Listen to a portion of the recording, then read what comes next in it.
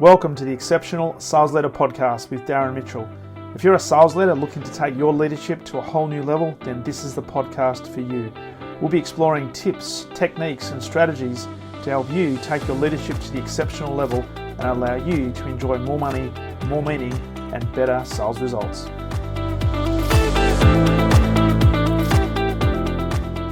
Welcome back to the Exceptional Sales Leader Podcast, and it is my absolute privilege and pleasure to welcome a man who is sitting in South Carolina. He said the only thing between me and dinner is his wife's text to say, how long is this going to take? And he nearly finished. That's right. He's the founder and CEO at Draft Media Partners. He's been across many different businesses and a self-confessed work in progress around social media, which will be interesting to explore as well. Skip Wilson, welcome to the podcast. Thank you for having me. We've only been talking for a few minutes, and you mentioned to me that you've got to do a bit more work on social media, or so others have told you. That's right. And you're the CEO and founder of a Draft Media Partners organization, which kind of sounds a little bit counterintuitive. For sure. What's with that? So, I mean, I'm a workaholic, really, honestly, at heart. And so even though my companies have always had social media and all those different things, I've just never really used them myself. And despite, I think I might be one of the only people in the marketing world that's not, or at least I don't think I'm an ego guy. And so I don't enjoy seeing myself on camera or in mirrors or in pictures. And so that's never intrigued me or anything. So I just always avoided it.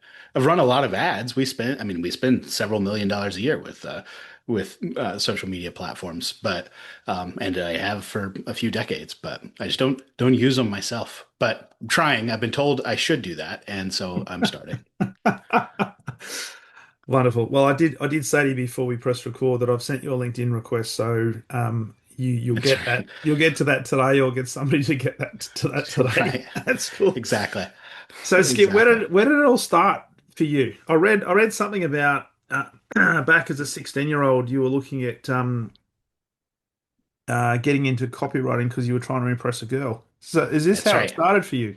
That's exactly how it started. I told her, she's now my wife, but I told her that I was a writer, and then we started actually dating, and so then I had to make good on that, right? So because you can only carry that forward for so long, and the only sort of writing jobs where we are is right in between Charlotte, North Carolina, and Atlanta, Georgia. So we're located right between two cities, two fairly major metropolitan areas, and so there's a decent amount of ad agencies in this sort of corridor. And really, second only to like New York, this little area has just a ton of ad agencies. And so that's how it started. They liked the idea of having a 16-year-old. It was actually fairly easy to get work as a stringer at that time. They would pay me $30 for a script, and I thought that was the greatest thing ever. And so yeah, that's how it all began. And then I was asked, "Can you do websites? You're young, you can do websites, right?" And I was like, "No." And then when I found out it paid $5,000, which at that time to me was like the most money of anything. So I was like, yeah, I'll figure it out. And so I went to Barnes and Noble and bought a book. That's how long ago it was. Bought a book on WordPress, and then that kickstarted the web side of my career. And so, from all of that, have you always then been a person of entrepreneurial flair? Yes.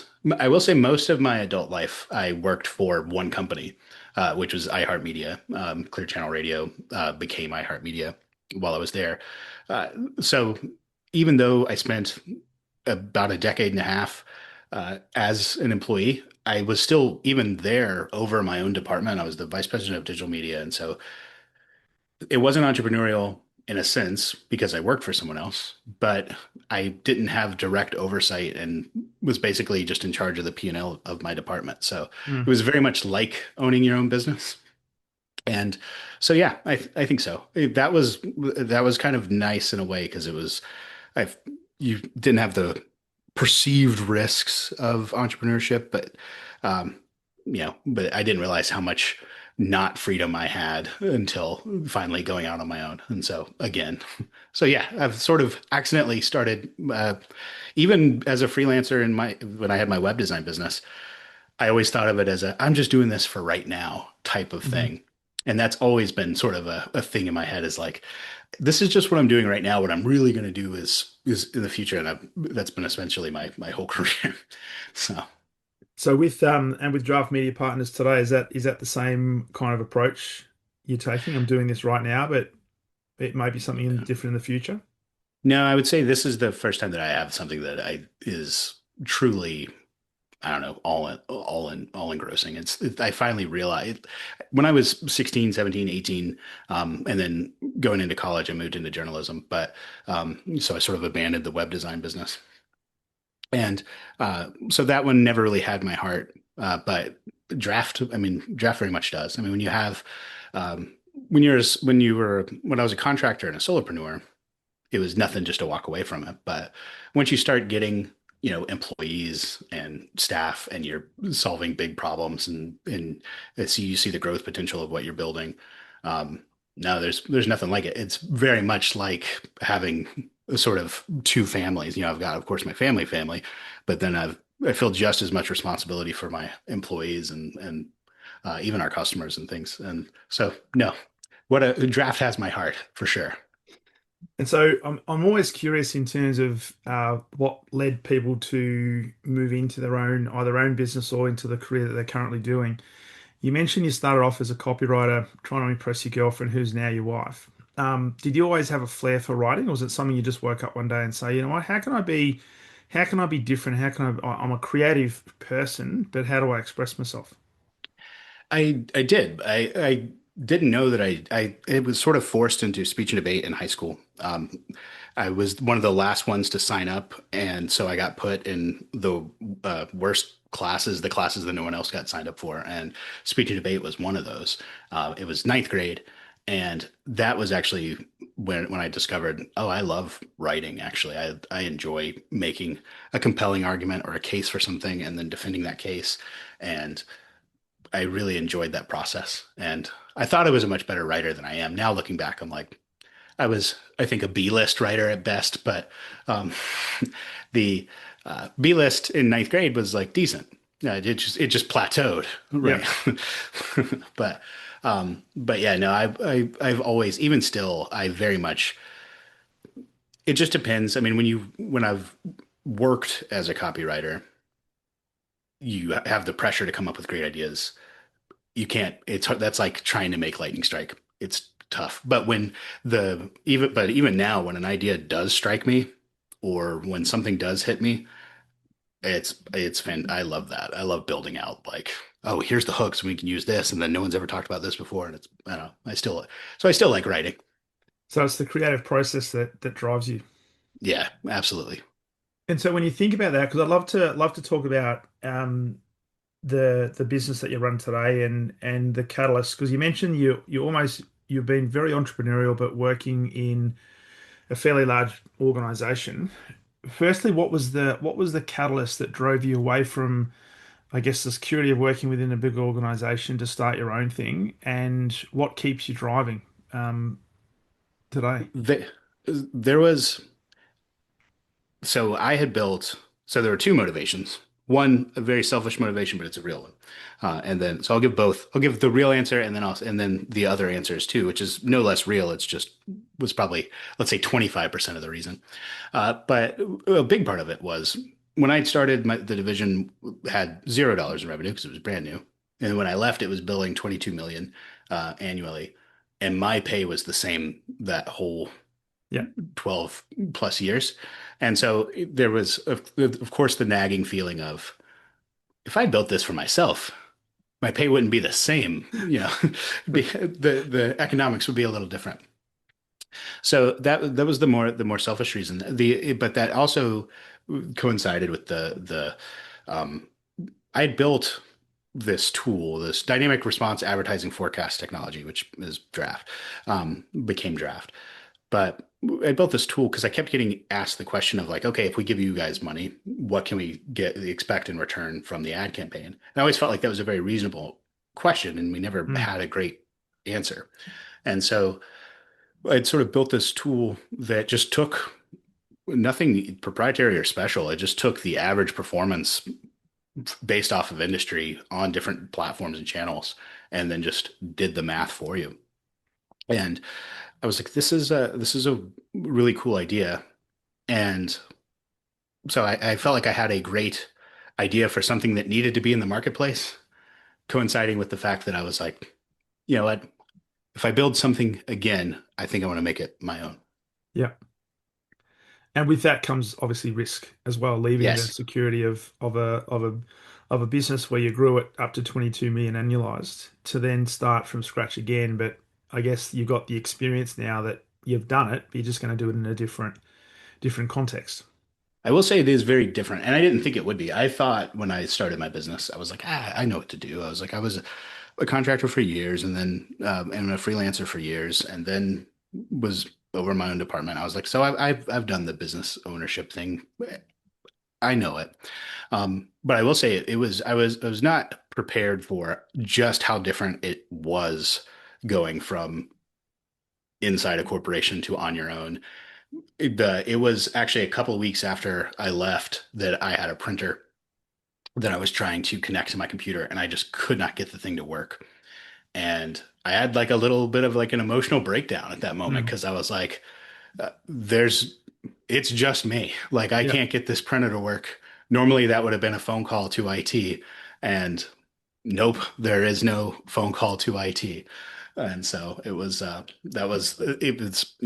just sort of, you don't realize what you don't know, um, until you go out on your own. Well, it becomes evident that we rely on so many others, or we rely on a system within a bigger organization that if something like a printer doesn't work or doesn't connect, I just raise a ticket, make a phone call, grab Yeah. somebody. But when you're looking around and say, well, it's just me, I gotta find out how to make this thing work. Right. It Exactly. can be quite confronting. Absolutely. Yeah, that was my first sort of realization of like, oh no, it's just me. Which is both freeing and awesome, but it was also terrifying too. So I love to talk before we get into the nitty gritty of some elements of sales and marketing and so forth. What has been some of the, I guess, the key lessons that you've learnt now going out on your own, having leveraged off the work you did at iHeart? iHeart? Did you say iHeart? Yes, that's Yep. right. Yeah. Um, that you look back and say, you know what, I'm glad I did that. Or maybe there was a lesson that you've learnt that say, if I had my time over again, I would have done that differently. To be honest, I think things went, and I know this is going to sound cliche, but I think everything's gone kind of the way that I'm glad it did. Everything, the timing of everything, there's a part of me. We've been very fortunate and very blessed to have a successful, drafts been profitable ever since the second quarter that it was open and has been growing ever since. Very fortunate in that. Um, so there's of course the party that goes, oh, I should have done this years ago, but I actually don't think I would have been as prepared, or Mm. I would, I wouldn't have done as good of a job. I know on YouTube and things, a lot of people are saying, oh, quit your job now and start a business. And I really think that I mean, that's great advice for a lot of folks. I'm certainly glad that I started a business, but I'm also very fortunate, and because I have so many lessons that I learned not on my dime and under the safety net of a larger corporation, that I really am glad that I have, that I've been able to do both. Mm. And in the time that you've had draft, what have you seen in terms of some of the key differences or changes in the industry in terms of whether it be technology, AI coming in, but also the proliferation of all the different systems that people now use to put their messaging out? Well, we started in 2020, Oh, perfect and timing, which, COVID. yeah, exactly, it was actually February. So it was really perfect. Um, no, it was, in hindsight, it kind of worked out because we were actually about to sign a lease on a commercial space, and now we have a physical office. I'm not in it right now. Almost Yeah. no one's ever in it. But at the time, the idea was you had to have a physical space and you could only recruit locally and you needed to have all these different things. So even that ended up working out because we haven't. We've got our employees are spread, um, still all in the Southeast United States. Everyone could get together if they needed to, with a Hmm. day's drive, but with a couple, even just a couple hours drive. But um, the we didn't have to eat that overhead when we were a young company. I was able to work from home, and um, so little things like that were just things that I wouldn't have ever thought that that was even an option right as we were about to start, that suddenly became, oh, well, this is just how we should be structured. And this makes a lot more sense. And then, of course, the ad platforms. I mean, with AI has very much changed the business. It's both, which in a lot of ways, good for us. We're a company that focuses really only on paid ad execution. So Hmm.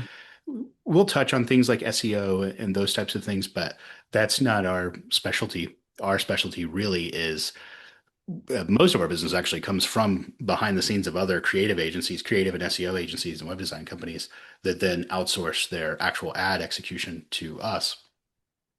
So it's actually a great time to be in paid ads because the days of blogging and showing and organic content, even on social media, Facebook made the change of, and then all the social platforms made the change of what's called, instead of follower count being super important, it's what's called feed interaction count. Like, how does that post perform became very important.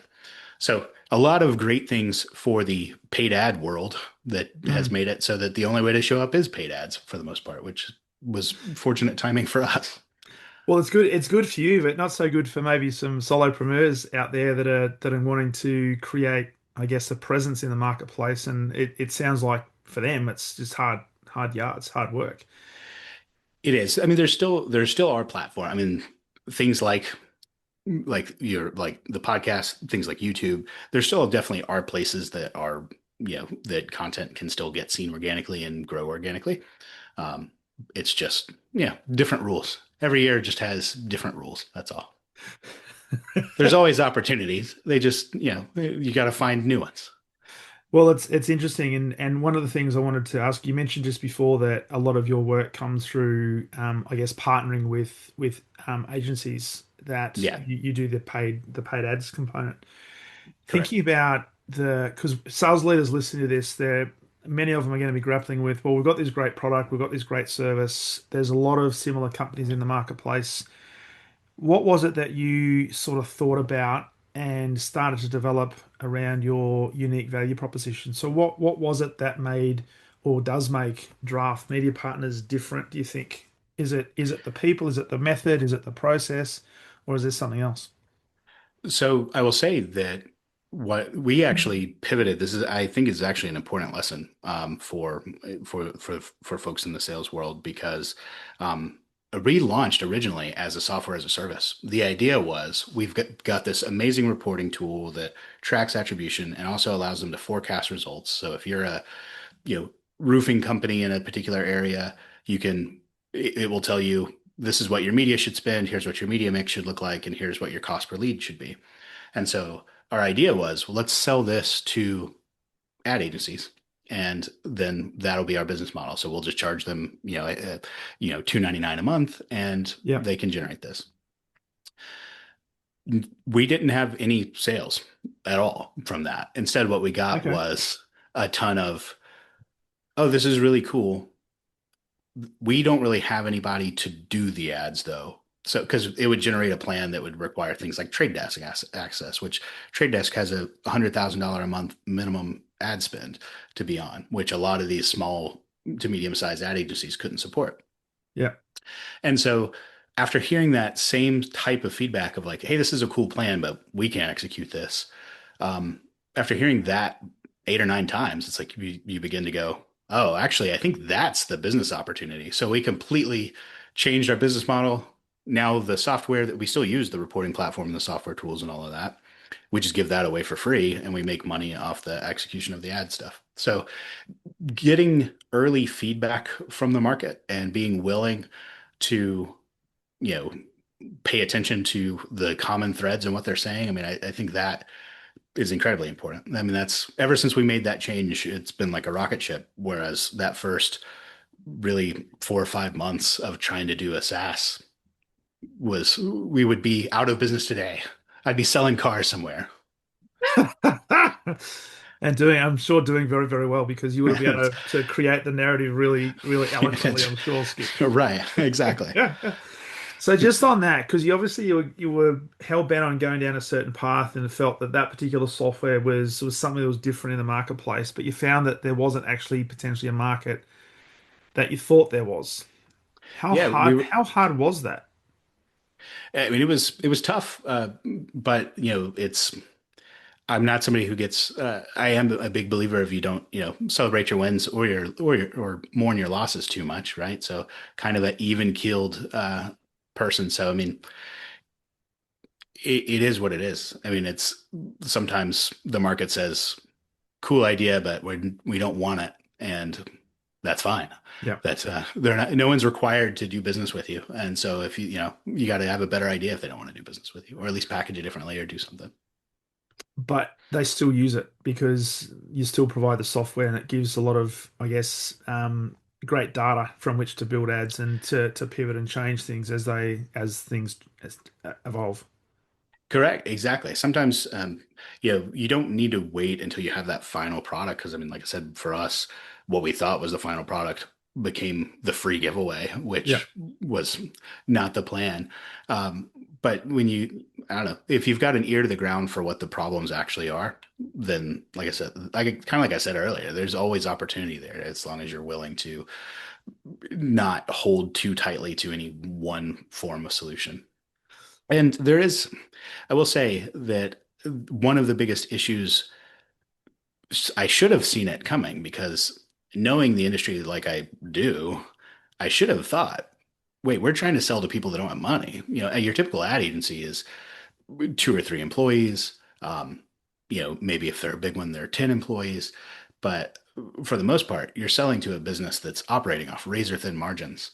Mm, And so, I mean, it was kind of that was a dumb way to monetize it anyway. But that didn't dawn on me at the time. Instead, I thought we've got this great product and we'll charge something super nominal, 2.99. Everybody can afford 2.99. But you don't, yeah, I don't know. Looking back on it, I'm like, of course that didn't work. I'm just selling to the people that they're barely getting by as it is. And and it's going to generate plans that they can't execute because they can't afford the minimums to be on all these different platforms. yeah. So it was, Yeah. sometimes you just don't know the whole picture, even though in hindsight, it's easier to look back and be like, oh, yeah, well, of course that didn't work. Well, that's what Steve Jobs used to say, right? You can't join the dots by looking forward. You can only do that by looking backwards. So, Yeah, that's exactly and right. the best laid plans, you think, wow, but maybe the business that you have today was the business you're always destined to have, and the software component was the lead into that to make you Absolutely. realize this is what we're here to do. Exactly. And it made us, to be honest, with our actual software tool, which launched pre AI being available to the public, very replicable in Mm, the AI space. So let's pretend that it had taken off and was great. The reality is that now we would be very much in a Me Too type of space where is somebody with again, it's publicly available stats to know what should a landing page for a dentist be performing at. Um, and so anybody who thought of it could create the software. And so I'm actually very thankful that we're not a SaaS company now. yeah, yeah, yeah. But they obviously do business with you because of the overarching value that you provide, not just the piece of Correct. software, but all the other stuff you can do as well. Which Exactly. which brings me to the next part, and this is, I guess, where your creative side comes into it in terms of your copywriting. Um, Talk to me about some of the, I guess, the finer points of creating ads and thinking about when you're sitting down with a client, whether it be an ad agency or maybe a direct. Do you do much direct to company, or is it most of it back end Yeah, we for? don't do much, but Okay, we about a third, well, not even a third, about a fourth of our business is direct to business. But that's that's all right. We'll work with anybody, but yeah, we just don't as go long as we just don't go after them. But in other words, we do nothing to go to recruit. We consider ourselves what's called an advertising wholesaler, Okay. because we're fairly low touch in terms of we're not going to help you come up with like your overarching brand strategy or anything else. We are more focused on if you need ads, we execute ads really well. But Okay. you do almost need to have your positioning worked out and everything ahead of time, or we can refer you to somebody who is great at it.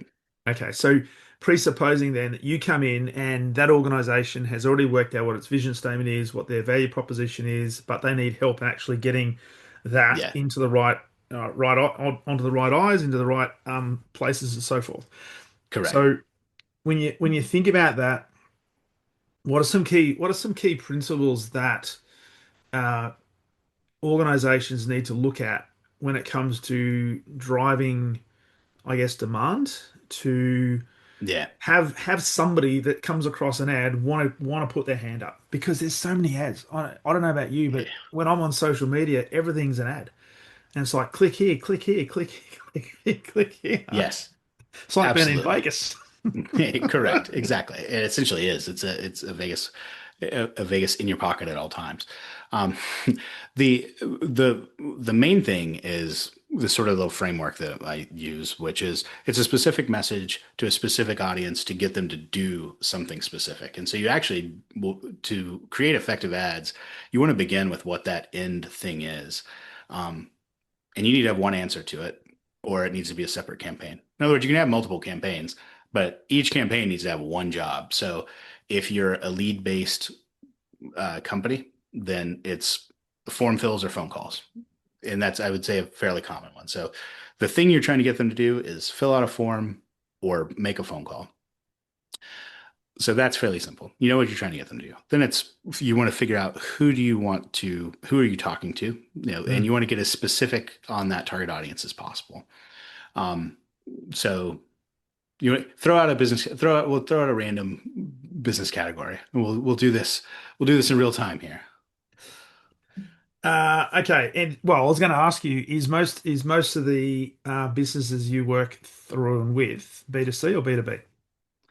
Most of them are B2C, but B2C. we actually have a partner agency that just does B2B. So we're getting more and more B2B campaigns. Okay. B2B is the hardest from a lead standpoint, but go ahead. Okay. What makes it the hardest, do you reckon? Well, it's the hardest to get in. It's the highest cost per lead. In other words, you're usually looking at like if you're a dentist's office, we can get you new patients for probably 18 to $22, something like that, American Yeah. dollars. And if you're an accountant, let's say, or you're trying to get, C-suite decision makers, you're probably looking at more like 250 to 300 a lead, just depending on how qualified, how niche that is. Mostly because it's just harder to find. It's harder to find out where they're hanging out. Um, Mm. so, because they're usually not on LinkedIn or various different places. So, I will say we've had a lot of luck with Amazon's marketplace because Amazon Business does have um, a decent amount of information, but most people are going to LinkedIn, and LinkedIn ads are very hard to get quality B2B leads. But anyway, sorry, I digress. But that's the hardest answer, or the hardest. That's why that's a much harder category. Is it's just harder to figure out where they're hanging out, where the people are. And then that, yeah, because that then determines what sort of platform is going to be the best one to use. So you mentioned LinkedIn, Correct. and the interesting thing about LinkedIn is the vast majority of quote unquote decision makers are on the platform, but Yes. statistically, I think the average is about 80% of, and I might be completely butchering this statistic, but let's just say about 80% of the people that are on LinkedIn only go into LinkedIn once every, say, 14 to 20 days or something like that, right? So the Correct. chance of getting access to them is minimal. And that's why it's such a high CPM or cost per thousand impressions because um, they're not using it daily. Like if someone's on Instagram, they're usually using it, 8 to 9 times a day and scrolling for, what equates to however many 100 impressions. Whereas people just don't use LinkedIn the same way. So Mm. much more expensive to get eyeballs. Also, virtually every person that's doing a B2B campaign is on LinkedIn. Yeah. So it's very hard to differentiate yourself. And I'm not talking bad about LinkedIn. We've got active campaigns on LinkedIn. Yeah. I don't know exactly how much we'll spend, but probably not quite 1 million, but we'll be spending a lot of money with LinkedIn this year. And so, Yeah. but it's a great self-serve platform. In other words, if I'm trying to get B2B leads myself without using a professional to do it, it's a good platform to do that. However, it's we can get those same people on like Amazon Prime for $2 or $3, whereas you're probably paying closer to 12 or $14 to get them on LinkedIn. And you mentioned before that it's harder and harder to use organic search, particularly when you're blogging and putting. Yes. And look, it's we do know that paid ads is a quicker way to market. Obviously, there's a cost involved in doing that, but it's the time versus the cost equation, isn't it? In terms of how Yeah. quickly do you want to get those leads to come in, which again presupposes you've got some sort of conversion process to actually take those and turn them into hopefully customers, which gives you the Yes. amount per customer. So let's just park the B2B then for a second and just take, because you mentioned a couple of times a dentist, right? So a Yes. dentist is trying to build a business, and there's probably a lot of dentists out there, and there's probably a lot of people advertising to dentists or giving them, hey, I'll put some flyers in the local area, I'll do some letter drops, I'll run a campaign for you. What are some key things that you've got to think about that when a dentist is targeting a specific customer, what do they need to actually put into their copy to, I guess, incentivize the person to say, hey, they're talking my language. I want to put my hand up and at least either fill in a form or make that phone call. So if it's one of the things, so if you can get very specific on who you're trying to reach. So for example, people only consider going to a dentist if they have an immediate need. Those that horrible morning where you wake up and suddenly your face is swollen and you've got horrible pain. Then you need a dentist. Um, or when there's some sort of life change, like you just moved to a new area or you just had a kid or, something like that. So it's a very trigger specific place, Yeah. or your type of target audience. So usually I would begin with something like that. I would either buy a new movers list, which is people that just moved to an area. I will say the thing about that is that the secret's out on that. So a lot of dentists are doing that. So you're probably not going to be the only dentist marketing to them. But something that they're not probably doing is something like, doing an ad targeting uh, parents of kids 8 and under that says something like free pediatric exam. Well, that is a great, very compelling offer. And if you get the kid, then you get the whole family, and you've got a very low cost per lead then. So you just Mm. try to think what can I get to get this very specific person to do this very specific thing. I mean, copywriting really is that simple, or at least my kind of copywriting.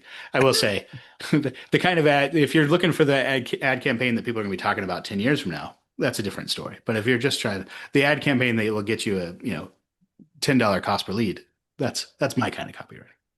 Well, and that's what you got to. I mean, there's so much that you could be advertising, and this is what I'm sort of getting towards here is there's a lot of companies out there that think that they offer a full suite of services, right? So think Yeah. about a dentist. Not only do they do checks, pediatric checks, they Right. do cleaning, they do root canals, they do veneers, they do a whole host of things. How hard is it then for a company like you to actually consult with an organization to keep them down to a very specific action on a very specific timeline so that they don't say, well, I can do all things to all people. I want everybody. Yes. Which is one of the most frustrating things to hear because, you know that, well, that means that we can't do anything, right? Like someone's like, oh, we do all things. Anybody with teeth that live within a 2 hour radius, that's our customer, right? Because you get those types of answers sometimes. And, but one of the things that helps bring that down is just a realization of usually if someone gives that kind of answer, I'll appeal to the money side of it is I'll go, well, okay. So if unless you've got enough money to reach it takes anywhere from a 5 to 10 frequency, meaning you got to reach the same household 5 to 10 times in a month for them to Yeah. actually take action. So either you've got enough money for me to put an ad 5 to 10 times in front of every person with teeth in this area, which you probably don't, or we're going to have to get more specific than that. And usually, I mean, usually we're working in an industry almost always where we've had some direct experience before. So um, that's the one benefit is that uh, myself and even most of my team that's getting less and less true now, but for the most part, me and most of my team have over a decade of experience, each one of us, and so you get sort of used to, okay, sure, you're a roofer, but you're not just a roofer. You really only specialize in this, or okay, you're a dentist, but you don't just do that. Um, so that's one way to do it is to help them understand that hey, you can't afford to reach everyone. So that's one reason that you're gonna have to niche down. The other thing too is the other sort of line of questioning I'll ask is usually like, well, what's the most profitable thing for you? Mm. What's your most profitable service? We actually have a dentist. Um, I can't mention them because they're a white label, but we have a dentist that I was about to give them a shout out, but then I was like, actually, I can't. They don't know they work with us, but we actually have a dentist that is that specializes in like the CPAP alternative, like the Hmm. the anti-snoring dental implants. Yeah. The reason that that was a specialty is because they make, yeah, on average, right around $5,000 to $6,000 of just pure profit on that product, and so they don't need a ton of those to make that worth it. And that's a very easy audience. We can target people that have CPAP that are buying CPAP accessories and those types of things, and shopping for those. So we know people that have a CPAP. We can hit them with ads that say, "You probably hate your CPAP. Here's an alternative," and it's a very, so that's the other way I will get people to niche down is explaining why. The reason why is because you can't, you don't have quite have Super Bowl money yet. Mm. Um, so until you're there, let's talk about who specifically you're trying to reach. And usually one of the ways I'll ask is like, who do you make the most money per customer from?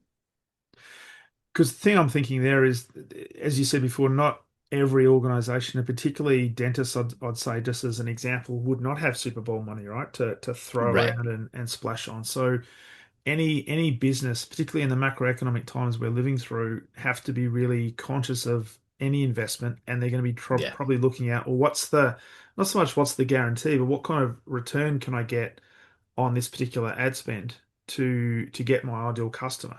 And it's not easy. So how do you then does it come through the experience? How do you help an organization make that decision saying, well, if you know what your ideal customer looks like, if you've niched down a particular offering and we help you get the targeting really niche to the point where people put their hand up, you are going to get the return. Because this is where the feedback loop happens between marketing and sales, right? Correct. Yeah, and that is well, shameless plug. That's kind of our specialty is our tool that does forecast campaign results in advance. Um, but even without that, yeah, it takes doing the math. You should go into it before you buy a campaign. You should know, okay, what kind of click-through rate should I be expecting if it's a digital campaign, or response rate if it's not? What kind of how many people can I get going from having no clue who we are to our landing page or wherever it is? And then what's a realistic conversion rate for this landing page? And then when I get leads, what's my conversion rate? And so you should at least be able to do like what I call cocktail napkin math. You should at least be able to do cocktail napkin math to figure out what your report card should look like before you buy a campaign. Because then you've got a nice, whether you're paying a professional to do it or whether you're doing it yourself, you've got a nice sense of is this working or not? And if it's not, it gives you instant feedback on where it's falling down. If you're getting the clicks, but it's not converting on the landing page, well, then that's probably a landing page issue. So you start to hone that in. If you're getting leads, and you're able to make contact with them, but they're not converting, is it why aren't they? Is it the wrong audience? And are we targeting the right people? Maybe we're too high up on the funnel. So it gives you, I think of it very similar to fixing an engine or something like that, where you're Mm. trying to figure out like, okay, the electricity is getting from here to here, but it's not getting from here to here. And it becomes very, to me, very a very mechanical, objective way to fix. So the idea of a campaign failing isn't really possible. It's which piece of that is broken, and then you just keep swapping out pieces until you get the thing to work. Until you fix it. Because the other part I was going to ask you there is there a demarcation line that you have? So you might have the ideal campaign, identified the ideal customer, written the copy to elicit some sort of response, the specific action you're looking for, but they're not converting. So how easy is it for an organization then to blame the ads, blame the campaign, where the actual issue Correct. is, well, you know what, it's the driver of the car. They're not driving it according to the manufacturer's specifications. Well, that's one of the reasons why I like for unless we can't for some reason, which sometimes we're in a space like if it's a financial institution or sometimes we're not allowed to do this, but unless there's some reason we can't, that's why I like recording session visits and recording phone calls and those things because that will help us that will give helps us provide that feedback of Mm. so if we get a client that's saying these people aren't converting, more often than not, we'll look it up, we'll pull up the campaign and we'll see, oh, well, they're only answering the phone like, 25% of the time. So that's probably why they're not converting. Um, and we literally had one, it was a moving company and we listened to the recording and he literally answered the phone like this. He goes, hello. Like so the business line and so we're like I don't think you have a lead quality issue. I mean it's I think it's some basic phone that's a buy a grasshopper is like 8.99 a month and it can have can at least be an answering service or something. So um so yeah, that's those types of things happen all the time. That's why I like having full visibility into as much of the funnel as we can, which 9 out of 10 businesses, that's perfectly fine. It's only if it's a government campaign or there's some reason why we have to end at the click. But Yeah. usually I like to see the full thing because then also the flip side of that is that sometimes it is bum leads. Sometimes it is, hey, you got 20 leads, but I don't think any of these are real. And so it helps figure out, okay, here's what the real problem is and what the solution is. And the reason I ask that is because it's easy for organizations to blame, say, the agency or the person or the organization behind the agency for giving us shit leads. And in corporate, we see this all the time with marketing complaining that sales can't convert, sales is complaining that marketing give them crap leads, and they're not working Right. together. So if you can work Exactly. together and actually understand the full life cycle of your customer, what your customer looks like and what actions you want them to take, then you can work together in collaboration to fine tune the messaging to maximize the Yeah. opportunity of them converting. Because not only that, because I'm sure that most of the organizations you work with as well, they want to have repeat customers. Yeah, So of not course. just continuing to, I mean, you still have to get the new labels, but you still have to look after your existing customers because it doesn't cost as much to retain them. Yeah, it's always cheaper to keep somebody happy than to Yeah, find somebody new. yeah. So I'm not sure whether I'll ask this question, but some um, science behind, because you talk a lot about stop guessing and what's the predictable science behind advertising. How much research goes into understanding the specific, and I know you don't necessarily work directly with the customer, but how much science goes into really understanding that particular customer's business and what sort of science is behind everything so it becomes a little bit more predictable. So, well, my understanding the outcomes and the platforms, very important. I will say that I've become somewhat jaded on not necessarily needing to understand the actual business itself Okay. that much anymore. So my answer is going to sound bad because I actually Okay. don't think you need to understand that much about the business. Um, because what you mostly need to uh, uh, what you really need to hone in on is really just the three things of what am I trying to get them to do and who do they help. Now sometimes they don't know who they need to help, or there's some sort of niche opportunity or something that they haven't thought of. And so um but I will say for most businesses it's fairly obvious who the customer is, like who the ideal client is. that ideal client profile. One, I will say, thankfully, a lot of businesses now have those, like do Mm, actually have an ironed out ideal client profile or like who they're trying to reach. More so than when I was starting out. I feel like when I was starting out, um, the, so 20 years ago, I feel like a lot of people, it was like the good old boy world of, oh, well, we'll do anything for anybody. I do feel like things have gotten a little bit more sophisticated than that. That people are doing a better job of knowing who their target client, is. Um, so, I mean, as long as you understand that, then the research really becomes on that audience, not on that business so much, because the the business should be able to explain how they help that target audience get better in some form or fashion, right?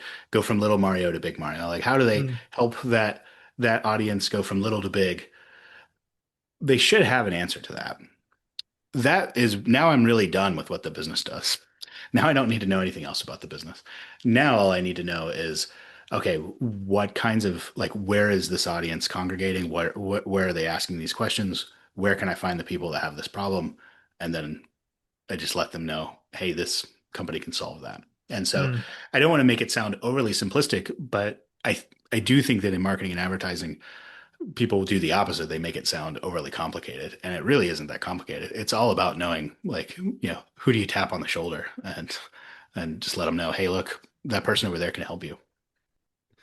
And that then brings me to the next question, which is around the different channels and because I often hear great marketers, certainly in the B2B space, that say pick one ideal customer in one Yeah. platform and focus on that for a period of time. Like one guy says, one platform, one customer for 1 year, and really get targeted on that because you're talking that particular language. So, talk to me a little bit about the omni-channel marketing, and because there'll be a lot of organizations that have the scattergun approach to say we're going to use all these different campaigns, but they may not necessarily have the measurements or the metrics in place to figure out which ones are the most cost effective or delivering the revenue. So, how important is omni-channel? I will say for organic strategy, that is still a good one of pick a channel, pick an audience, and really pour into that audience on that one channel. That in the paid world, a lot of it depends on budget, but the nice thing about omni-channel is that we do live in a world where you can get multiple frequencies, meaning same household multiple times on multiple channels. You can make things talk to each other that didn't used to talk to each other. Um, it is harder to set up if you're doing your own advertising, but for the most part, any professional worth their salt is going to have some way to do account-based marketing platforms. So they're going to be able to say, okay, this platform has my ideal client profile. So I'm going to run a campaign here to find out who they are. And then I'm going to pick these two channels over here because it's cheaper per click or cheaper, Mm, they're, um, we'll use Meta as an example, but Meta is a great one because people are usually on Instagram when they have time to kill.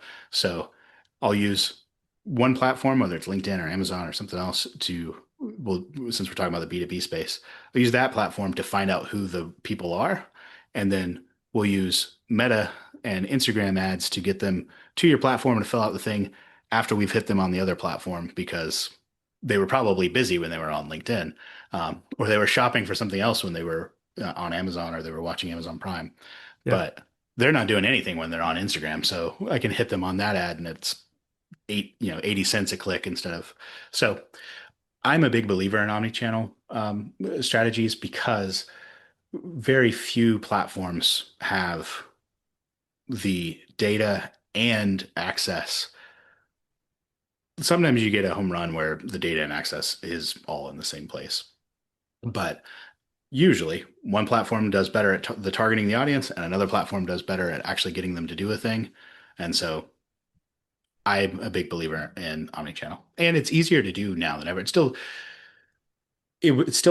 not easy from a self-serve ad standpoint, but it's something where it doesn't require used to you could only do that type of advertising if you were spending big mega dollars. But Mm, now that's not the case anymore. Now you can do that with fairly small budgets. You just need to know who to go to. Yeah, right. Yeah, exactly. Don't do it yourself. Yes, exactly. So, hey, this has been a great conversation. I'm conscious of time because you're probably going to get a text from your wife in a minute. It's all right. Uh, Looking forward, and no conversation in 2026 would be complete without the adage of or the conversation around artificial intelligence or AI. Haven't How are heard of it. you? No, I'm just kidding.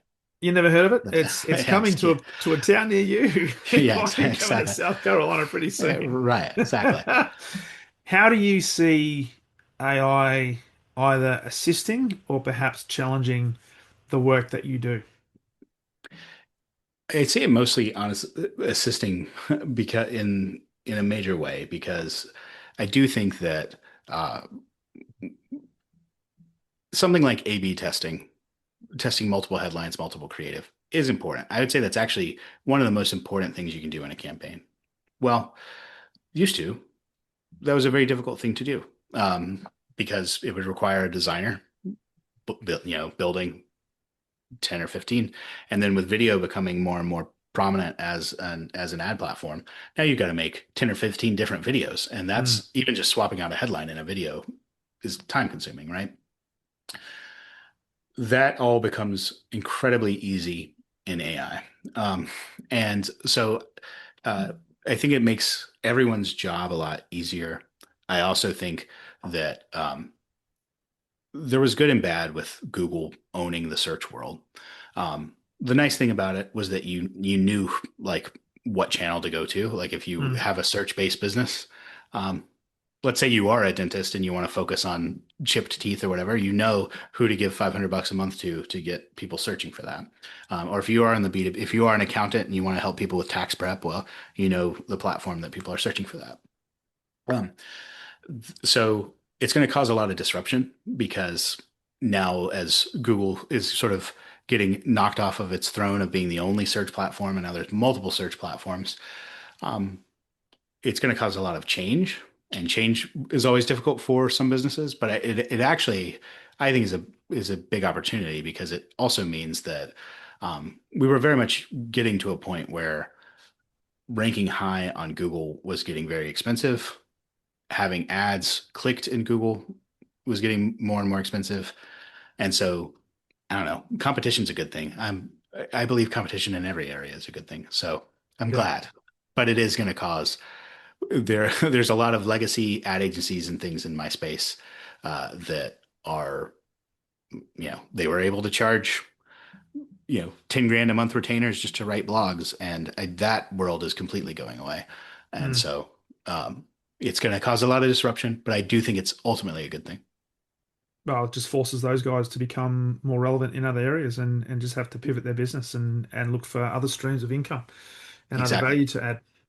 Yeah, I love that, and I think talking to a lot of people around AI, particularly in the sales world, um, it's to be used obviously for good. It can help you. It can help speed to market. But you just got to be conscious of not giving into AI and believing absolutely everything that it Yeah. tells you because you've got to be able to train it because people still want to do business with those who they know, like, and trust and remember. So you got to know your stuff still. Absolutely. And I also think that, especially in the B2B world, and maybe I'm just an old man now, but so this might be one of those things that someone plays back like 5 years from now and they're like, listen to this old guy talking about this. But I don't think so. I do think in the B2B space or any industry where there's a high amount of trust involved, people want experts and you Yeah. want to feel like you're talking to a real expert. And, Intuit, TurboTax was supposed to be the death of accountants, right? Like the idea was, oh, TurboTax is coming, local accountants, they're going away entirely. Mm, Um, but that turned out not to be the case. As a matter of fact, TurboTax is now moving towards hiring local accountants to help them because people want to talk. If you're, it's one thing if you're you you've got one W-2 and you're filing your taxes. Sure, TurboTax is great, but if you have even somewhat complicated taxes, you want a professional. And I think yeah. that's going to be the same thing. The people that we're going to lose completely to AI are the customers that were very transactional customers anyway. Yeah. Yeah. And for most businesses, they're probably not the type of customers you really want long Yeah, term. right. Long term. Exactly. Awesome. Hey, Skip, it's been a great conversation. Thank you so much for being on the podcast. For people wanting to know more about you and what you do and where to connect with you, where's the best place for them to do that? Our website, draftmediapartners.com. Reach out to us there, and we will. We build the plans and stuff. Like I said, we don't charge for that software. So reach out to us. If nothing else, we'll build your plan. Nice. Awesome. Well, I'll put that on the show notes. And again, Very cool. thanks so much for a great conversation and for being a guest on the Exceptional Sales Leader podcast. Awesome. Thank you for having me.